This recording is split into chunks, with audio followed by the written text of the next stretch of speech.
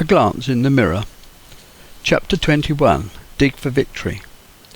Beyond the back door lay the concreted backyard, which ran to the width of the house side passage and to about 14 feet out into the garden. Today, the term backyard might be elevated to the more modern term patio. To the right-hand side, facing the rear of the house, were two coal sheds, one for coke and the other for coal, which also held the logs for the fire and kindling. The garden shed, with laid brick floor, nestled next to the coal sheds, in the corner of the yard. Inside, a workbench and a number of shelves lined the walls. To the boys, the shed was a source of continual mystery and experiment, which gave them a lot of enjoyment and excitement. The shed bulged with a variety of useless tools and half-used materials piled up on top of each other, vying with each other for space. The roof beams held a myriad collection of nails, hooks and screws, each supporting another collection of articles of fascination and awe. Stan and Terry looked upon the garden shed as an Aladdin's cave. Its very deepest corners held untold secrets. Access denied initially by a padlock, but in time picked so numerous times that it was left unlocked. An old German helmet of First World War vintage, trench periscope, numerous boxes of sorted nuts and bolts, all rusting into a solid lump. Tools which might have graced a workman's bag in the mid-1800s. There were many sizes of sawn wood, sheets of tin, deck chairs with broken bottom struts and torn covers which challenged the boldest user. Folding slatted chairs and a number of indefinite vintage tables. It was all inviting, and the children used all its resources to construct gang huts, tree houses, soapbox carts, stilts and cricket bats. The assorted tools had the look of Iron Age implements.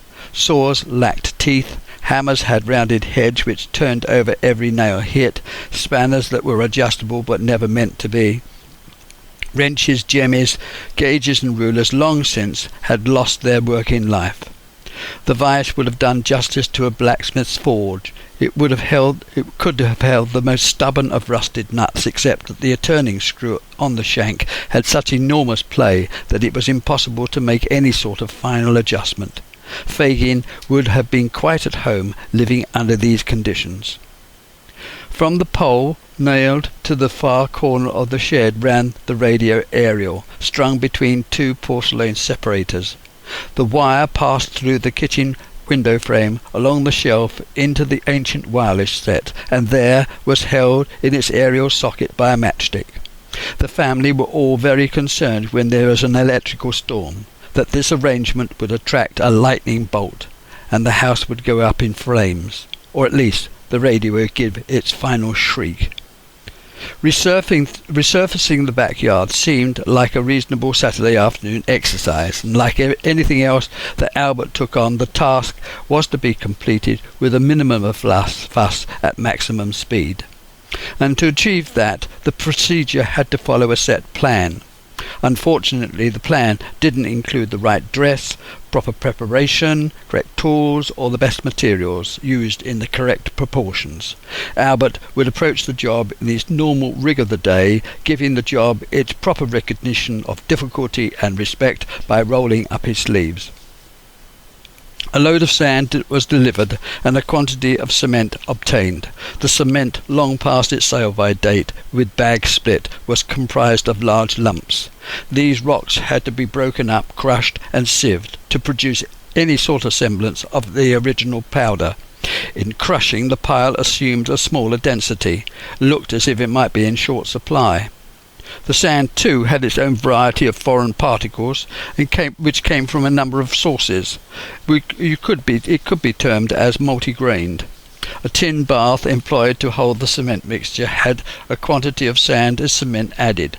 The dual-purpose coal shovel agitated and mixed a slightly aqueous, gritty substance ready for spreading. The yard contained a mangle, a large box very much like a cold frame, which held firewood, the rabbit hutch, and sundry other bits and pieces. This extraneous matter was treated as part of the permanent structure by its longevity. It is said that in the army, if something moves, you salute it, and if it doesn't, you paint it. Now, this general rule applied at home. There are other secondary rules that what is moved might have to be put back, out of sight is out of mind, and if you have a surplus, you might have to get rid of it by burying it. It has always stood counter soldiers in good stead to apply these basic rules. There are, however, another two which didn't apply in this case, although we children used them on countless occasions. Don't get caught carrying something, and if moving abroad in daylight hours, do so urgently. The mixture was now ready for spreading. It soon became apparent that using the right proportions of 6-to-1 the cement would soon run out. Therefore, savings would have to be put in place. Father decided that 8-to-1 would have to do. After all, there wouldn't be a lot of wear on the surface, and so that would be quite all right. And even this lean mixture ate away at the now valuable cement pile. It was soon discovered that the shovel wasn't quite up to the job either. The wooden handle, secured by many wedges, dropped off. To keep up the production levels, the shovel end was used without a handle. Some of the cement stuck to the surface of the shovel, which steadily grew, increasing its weight. This didn't slow the job down, only made Albert speed up. Soon a simpler spreading technique had to be adopted, for time was now getting on. Now Albert's patience began to wear thin, wishing to see the job over. A cup of tea and his pipe were calling. The yard broom, like all brooms in their house, required tapping down to ensure that the head was securely attached to the handle, which it never was. Just as all tools that have a handle, there is a right size for the hole. For some unknown reason, our handles were always smaller. It was not unusual to see a screw hammered in to secure the handle instead of a nail, and this was viewed, like many others, as a temporary fixing, awaiting a more permanent job later on. This was never successful. It could have many nails of mixed parentage sticking into the head like a porcupine, some oval, others round, with or without heads. Numbers didn't always guarantee a firm result, though. By watering down the mixture, a coat of light grey, sandy cement could be brushed on. At last, here was a technique that would solve all the problems.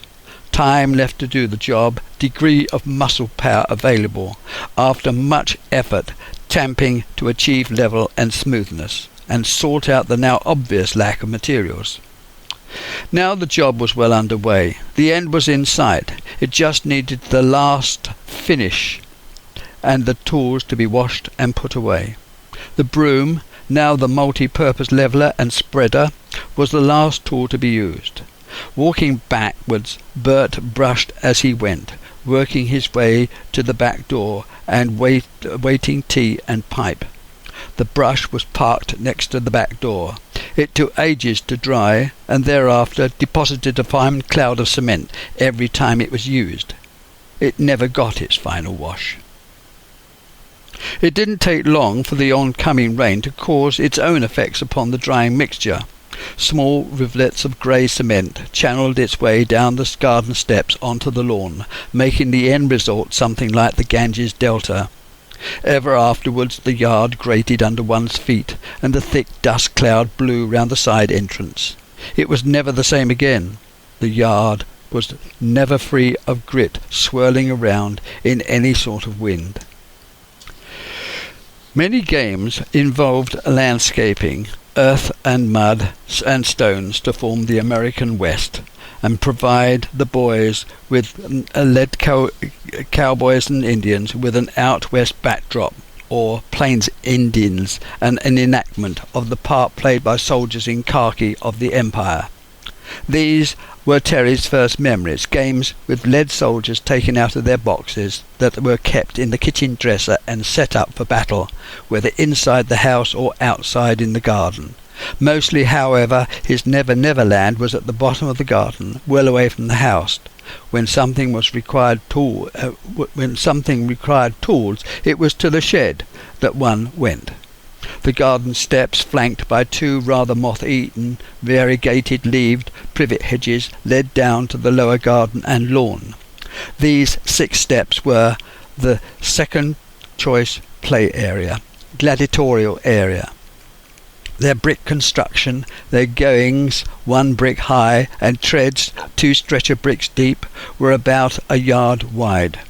These provided a number of wheeled contraptions with a suitable descent, a crest or run, if you will, although the sides were considerably rougher than tape or netting, being a rather spiky privet hedge. To ease the descent, boards propped up to take away the bumps to make a smoother ride. Initially, when it had all its wheels, the boys' first carriage was a horse on wheels. This was later substituted by a rather wobbly tricycle. Unfortunately, its large single front wheel was difficult to keep in a straight line and caused many mishaps. A pedal car came third, but suffered from having a rather low chassis which grounded. Finally, a home-built soapbox on pram wheels go-kart, boasting many modifications, add-ons and adaptations, were all designed to surpass all others, designed to be the fastest thing on wheels. Extra propulsion was provided by a gentle guiding hand that gave an initial start to all these contraptions. This soon became a more vigorous push, which considerably increased momentum. After a go each, excitement began to be at its peak. The push turned into an enormous shove taken at speed. This upping of the danger levels from running shove to gigantic heave always ended up with a catastrophe. Stan, with hands on hips, adopting a superior stance, demanding what Terry was crying for. Elsie rushed out of the kitchen door demanding, "What's wrong?" Friday, the 1st of September 1939, was a momentous day. Germany invaded Poland, completely subjugating the nation in 4 weeks. In a similar number of days, the defeat of Holland. Chamberlain's declaration was the following Sunday. Belgium and Luxembourg then invaded and overrun. Shortly afterwards, the Great Retreat began, ending with an evacuation from Dunkirk on June the 4th. Stan started school the next day, which was a far more momentous undertaking. Prior to the war being declared, the government considered whether air raid shelters should be built, not for individuals but for high-ranking government employees or particular scientists living in range of enemy bombers. It was decreed that particular individuals could apply for special dispensation. Local councils would deliver free shelters to individuals in need, mostly families, but only in specific danger areas. There were 2 types of air raid shelters for families. The Anderson shelter, named after the then Home Secretary, Sir John Anderson, which was a corrugated iron structure with a domed roof for outside work. Could be either partially sunk in the garden or completely buried. It's catered for a maximum of 6.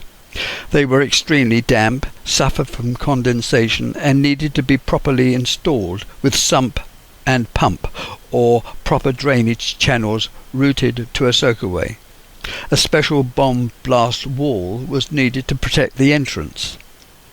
The other shelter was a 3-foot high steel-topped table with steel mesh sides for use inside the house. This was called a Morrison shelter, devised by Herbert Morrison. It was not long before both types were unused, being too inconvenient. People preferred to hide under the stairs, in basements, or under the kitchen table, particularly the latter. It was warmer there. During the Battle of Britain, the most critical period, people bought platform tickets and waited underground until the all clear was sounded. Later, the government realised the benefit and allowed people to enter the platforms after dusk, free of charge, planned a proper organised arrangement for Londoners using the underground railway system. When the nation was in its first year of the war, many preparations were carried out by the government to create awareness and concern to achieve the necessary urgency. Taping windows, sandbagging doorways, building air raid shelters, and detailing of wardens and special police. This activity affected Albert, who dug a trench at the bottom of the garden, a shallow trench with sandbagged walls. He scoffed at the more conventional design of being death traps, declaring that a slit trench was far more serviceable. From a military standpoint, this was undoubtedly true, allowing easy access and escape. However, for a purely practical family shelter suitable for all weathers, a more conventional structure with a roof would have been better. Still, the shelter, thankfully, was never put to the test. What garden furniture did grace the lawn was skimpy. Consisted of a seat on a canopied swing and a handmade garden bench painted green. At the right-hand corner of the garden, a tall copper-beech tree, our tree house, accessed by a rope ladder, a swing tied to a lower branch. The tree was also in extremis, an escape route out of their father's reach, who waited with diminishing patience at the bottom with a cane. Dig for Victory, wartime allotments, the kitchen front, the kitchen waste collection, and pig club were all government initiatives, instigated to provide incentives to spur people on, to help themselves and others. The object was to become independent and self-sustaining. It was declared unpatriotic by a government official to feed birds or throw anything away which could be recycled. The lawn, laid on either side of the garden path, from the bottom of the steps to the oval flower bed at the other end of the garden, was undulating. At the start of the war, the government advised garden owners to dig up their lawns and turn them into kitchen gardens. And when it came to planting the seeds, pricking out, spacing, nurturing and bringing on, the whole plan faltered to finally collapse. And like most other plans, it came to naught. Grass replanted itself in the levelled-off patch. The indentations were never totally made good, and the lawn assumed the features of an ancient burial site. The already much used lawnmower, an apology for a gardening aid, never had its blade sharpened or set, and would have graced any respectable antique shop. The adjusting nuts, their corners rounded by frequent attention, did the job without their necessary locking nuts. The uninitiated who attempted fine-tuning ended up having bruised and blooded knuckles. The selection of spanners of doubtful manufacture acquired over the previous industrial age was impressive in size and assortment, but rarely delivered up the correct size. The keen do-it-yourselfer had to resort to many devices to get round the problem, and many times Bert would dance round cursing and shaking his fist, hurling many and varied curses at the lawnmower. The mower's driving roller operated the cutters by an adjustable train, which had so much play in it that it often fell off. This result, however, was secondary to the lack of sharpened blades properly set. The handlebars, covered by rubber grips, over time worn and torn, rubbed raw blisters on your hands, and quite often Albert would stand on the rollers. Terry would stand on the roller's scraper blade to give the roller extra gripping power, stop it from slipping, increasing the mower's weight so that the many bumps in the lawn were further flattened. This slipping of the smooth back rollers also added to the grass becoming squashed, scuffed, and made many flattened mud patches. None of this was helped by the handles of the mower being adjusted too low. The pusher always started with a slight stoop, which would progress to become a potato picker's doubled up form. Albert, who never removed his jacket, always insisted on wearing a waistcoat and continued to wear long johns even during the hottest of summers. He wanted to show the neighbours that everything was going according to plan, that the mowing was effortless, accomplished by panache and skill. And even when the chain had jammed and the stationary rollers skidded on the muddy surface, he used oil and grease on the mower as tools rather than lubricants. A trail of black slime followed the mower wherever it went. The slack driving chain contributed to the already worn-down driving sprocket. The front wooden rollers had always been there, partially rotted away by being left with mud and grass cutting over the winter months. It was an excuse of a lawn. The weeds grew abundantly, provided extra pocket money for Stan and Terry to prize them out with a weed trowel. The depressions treated pools of water unable to drain from the glutinous clay soil. One flower bed held 2 apple trees, a cooker and a very sweet red dessert apple. Both trees produced apples so small and worm-eaten that they were hardly worth peeling, but that never put Elsie off from extracting the maximum from what the garden offered, paring the apples with firm, light peelings, or accepting next door's bitter cherries to help out. Apple pie was her forte. If the family had fortitude, stamina, and endurance, then this was the elixir. There is no doubt that by the end of 1940 the nation had developed a core of fortitude. It was not obvious to the casual onlooker, but underneath it showed itself increasingly by grim determination, a flame that wasn't going to be put out. When Russia was invaded the following year, the working population began to warm to their struggles. Eventually many became communist with a small c, admiring the mighty effort of that beleaguered nation. There was enormous sympathy and admiration which the people of Britain felt and recognized. Christmas was eagerly looked forward to. It meant different things to Elsie and Bert. To Elsie, it was all about cooking, ordering the chicken or having one of the chickens from the chicken run, stocking up the larder, putting away a carefully hoarded selection of treats, presents and mouth-watering bowl fillers to go on top of the sideboard. To Bert it was all about preparation, the fires, chopping loads of kindling and logs, decorating the downstairs rooms, making them like Father Christmas's grotto, extending the dining room table and putting aside the only bottle of British wine. Christmas Eve was the greatest test of patience, as the boys hung up their stockings beneath the kitchen mantelshelf. They had to be exactly the same size and no special order, so that each had a good chance of having Father Christmas choose their stocking for the special treat. The boys would wake up very early to start opening the presents. What excitement! What expectations! How they tried to keep so quiet and not eat all the chocolates at one go.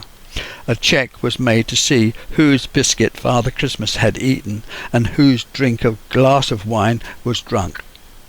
Even so, during the darkest days of the war, Christmases were very special. No effort was spared by Elsie and Bert to ensure their boys had a good memory of their childhood. Grandmother was fetched from Eastcote still clutching her Bible. My aunts arrived by morning bus. The table groaned and good cheer abounded. Toasts were made and the King's speech listened to with due reverence.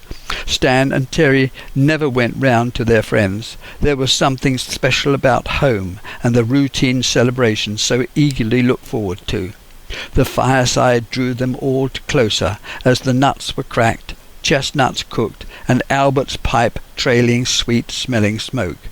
The winter blasts outside rattled the frame as the wind and rain splattered on the blackened panes. The wind whistled in the trees as another log was thrust upon the fire.